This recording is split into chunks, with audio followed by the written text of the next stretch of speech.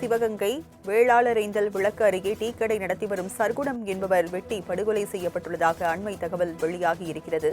மரவமங்கலம் கிராமத்தை சேர்ந்த டீக்கடைக்காரர் சர்க்குணத்தை விரட்டி வெட்டி கொன்ற மர்ம நபர்களுக்கு போலீசார் வலை வீசியுள்ளதாகவும் அண்மை தகவல் வெளியாகி இருக்கிறது.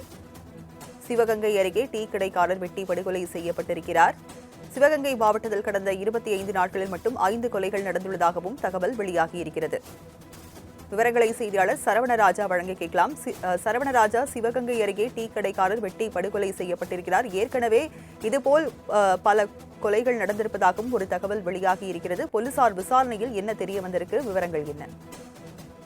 வணக்கம் ராஜலட்சுமி. சிவகங்கை மாவட்டம் காளையார் அருகே வேலவேந்தர் கிராமம். இந்த கிராமத்து பகுதியில் பாத்தீங்கன்னாக்கா சர்க்குணம் என்பவர் டீ கடை வச்சு நடத்திட்டு வந்துட்டு இருக்காரு.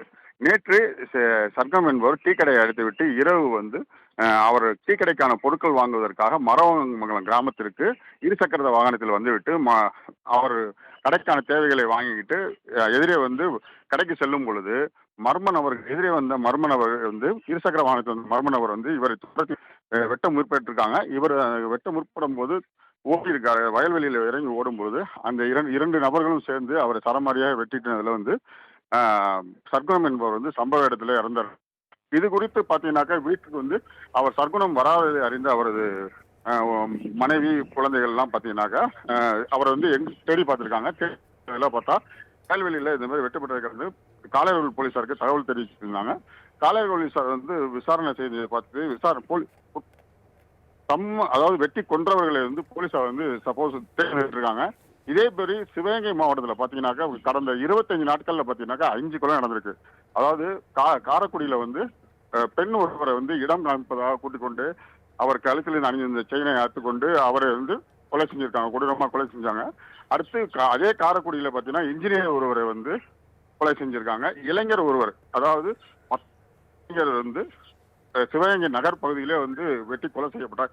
இதே போன்று பாத்தீங்கன்னாக்கா சிவகங்கையில அடிக்கடி இந்த கொலைகள் சம்பவம் நடக்கிறதுனால பாத்தீங்கன்னா பொதுமக்கள் வெளியில செல்வதற்கு அச்சப்படுறாங்க. குழந்தை பையங்க, அதாவது படிச்ச ஒரு இளைஞர்களை வீட்டுல பெற்றோர் வெளியே அனுப்பவே ரொம்ப அச்சத்துல இருக்காங்க. இதை மாவட்ட நிர்வாகமும் மாவட்ட காவல்துறையும் இணைஞ்சு பேசி இந்த மாதிரி போன்ற குற்றச்செயலில் ஈடுபவர்களுக்கு கவுன்சிலிங் கொடுத்து அவர்களுக்கு ஒரு நல்ல வழிப்படுத்தணும்.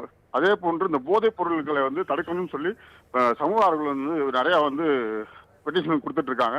இதை மாவட்ட நிர்வாகமும் காவல்துறையும் உடனடியாக நடவடிக்கை எடுக்கணும்னு சொல்லி கேட்டுட்டு இருக்காங்க பொதுமக்கள். ராஜலட்சுமி,